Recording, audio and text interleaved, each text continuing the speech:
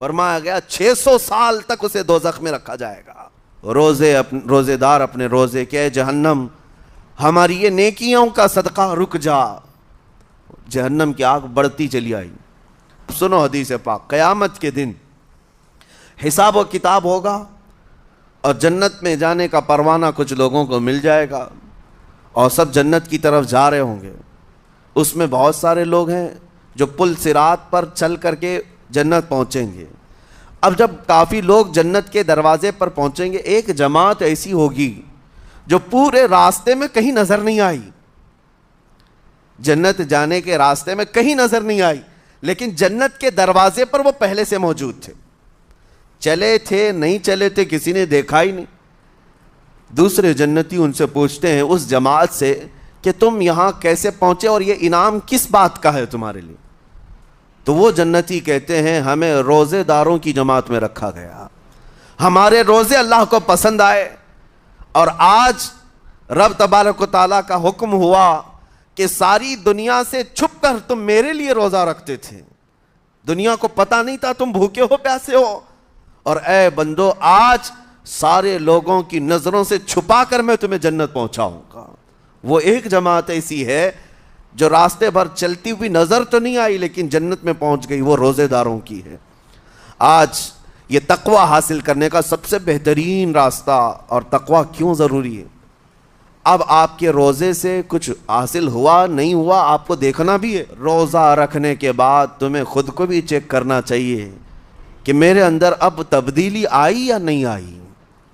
ایک روزہ رکھا اور پھر رات کو تراویح میں کھڑا ہوا، میرے اندر بدلاؤ کتنا ہے؟ کیا اب اللہ کی آیات قرآن کی سنتا ہوں میرے آنکھوں سے آنسو آ جاتے ہیں؟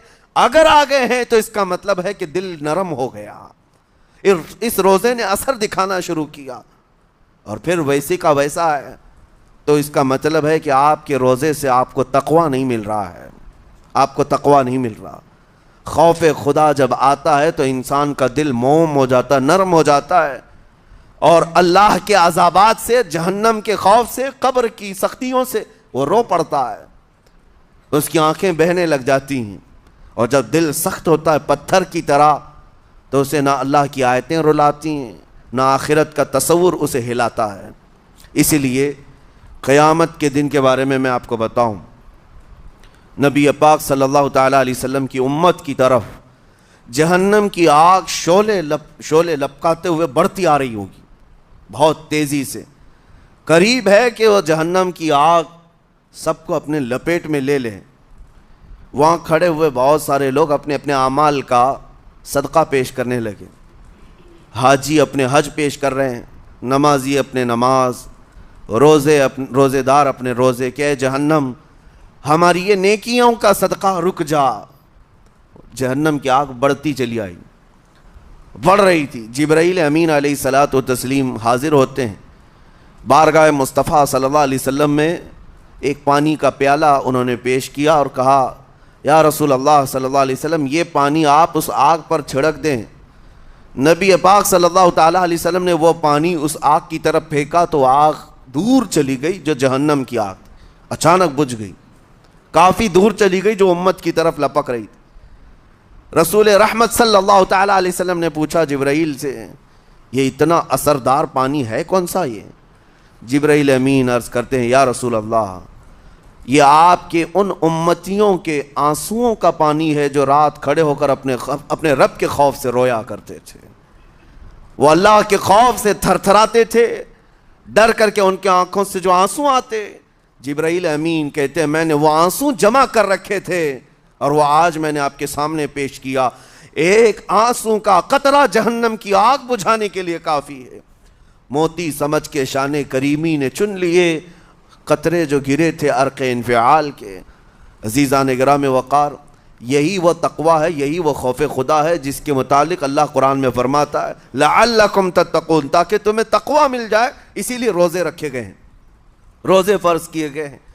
تمہارا دل اگر سخت کا سخت ہی رہ گیا تو روزے اثر نہیں کر رہے ہیں، روزے اثر نہیں کر رہے۔ اور ظاہر سی بات ہے کاموں میں برکت نیت سے ہوتی ہے، کسی بھی عمل میں برکت اچھی نیت سے ہوتی ہے۔ اگر کوئی روزہ اس لیے رکھ رہا ہے جیسے بہت سارے فائدے گنائے جاتے ہیں نا، روزہ رکھنے سے کینسر نہیں ہوتا، روزہ رکھنے سے جسم کے فاسد مادے ختم ہو جاتے ہیں، نکل جاتے ہیں، ڈاکٹرز بھی مشورہ دیتے ہیں مہینے میں 1 مرتبہ، ہفتے میں 1 مرتبہ باڈی کو فری چھوڑنا چاہیے.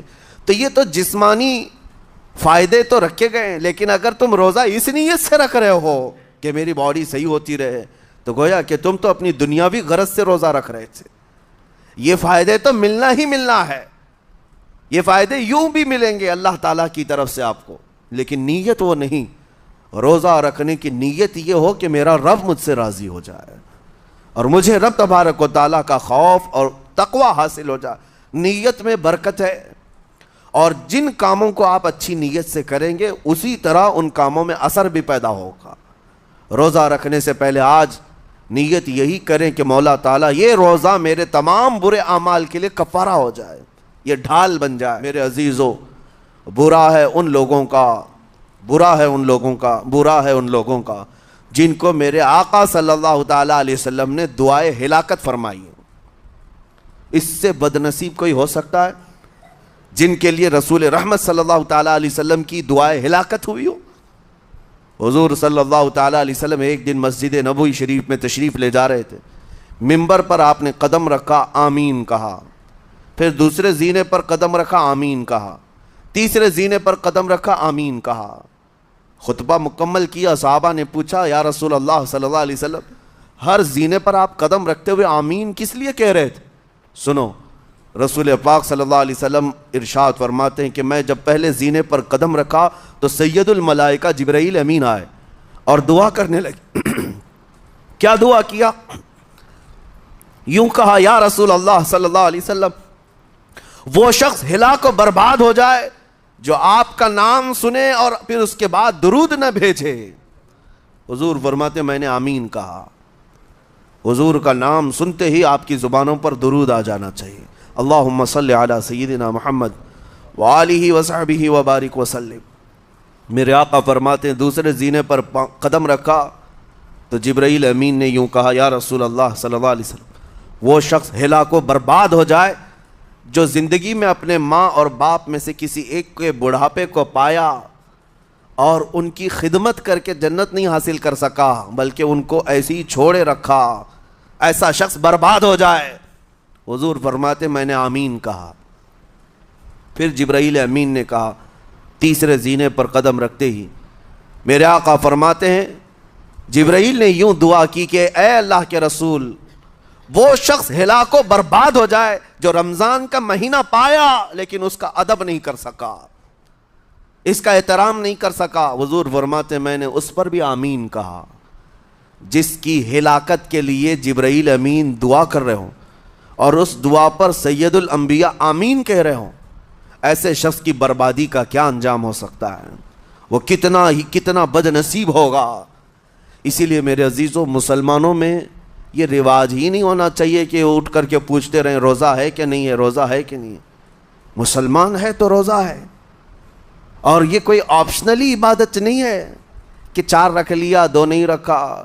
آپشنلی نہیں، یہ فرض عین ہے. ایک روزے کو چھوڑنے کا گناہ فرمایا گیا 600 سال تک اسے دوزخ میں رکھا جائے گا. 600 سال تک. یہ معمولی چیز نہیں ہے. اور جن کے پچھلے روزے قضا ہو چکے ہیں معاف نہیں ہوں گے.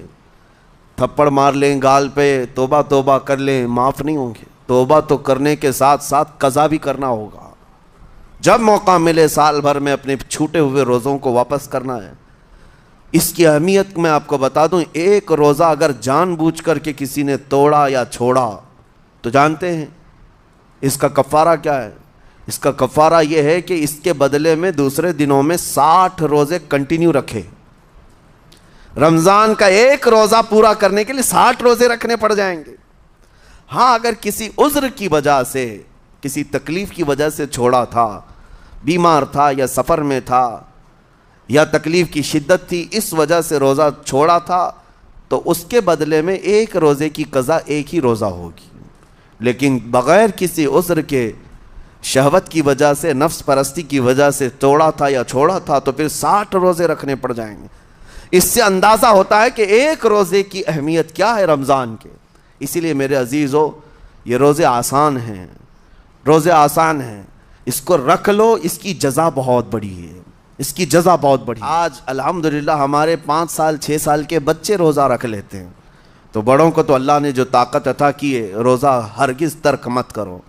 لیکن ساتھ میں آج یہ میسج ضرور دوں گا، نیت یہ کرو کہ مجھے تقوی مل جائے، مجھے پرہیزگاری مل جائے، اور یہ آپ کو خود چیک کرنا ہوگا۔ روزانہ رات کو نماز میں کھڑے ہو جاؤ تراویح کے، دیکھو کہ کتنی تبدیلی آ رہی ہے۔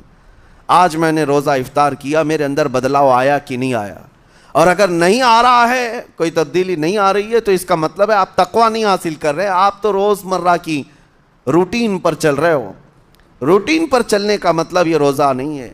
روزہ تقوی دے کر جاتا ہے بندے کو، روزہ خوف خدا دے کر جاتا ہے بندے کو۔ قسم رب ذوالجلال کی، ہر برائی رمضان میں ہی آپ سے ختم ہو جائے گی۔ جس کی کوئی چیز چھوڑنے پر نہیں چھوٹتی ہے، وہ رمضان میں کر کے دیکھ لے۔ اللہ کی بارگاہ میں یہ عہد کرے کہ مولا دن بھر میں تیری رضا کے لیے بچ رہا ہوں، مجھے میری باقی زندگی میں ان گناہوں سے بچا لے۔ وہ رحمان ہے، جب وہ تمہیں اس کے بدلے میں جنت دیتا ہے تو یہاں برائیاں کیوں نہیں چھڑواتا؟ یقیناً وہ برائیوں کو تم سے دور کرے گا۔ قرآن کا فرمان عالی شان، لعلکم تتقون، اسی پر میں نے آپ کے سامنے بات رکھی ہے۔ روزے اس لیے فرض کیے گئے ہیں تاکہ تمہیں تقوی مل جائے، پرہیزگاری مل جائے۔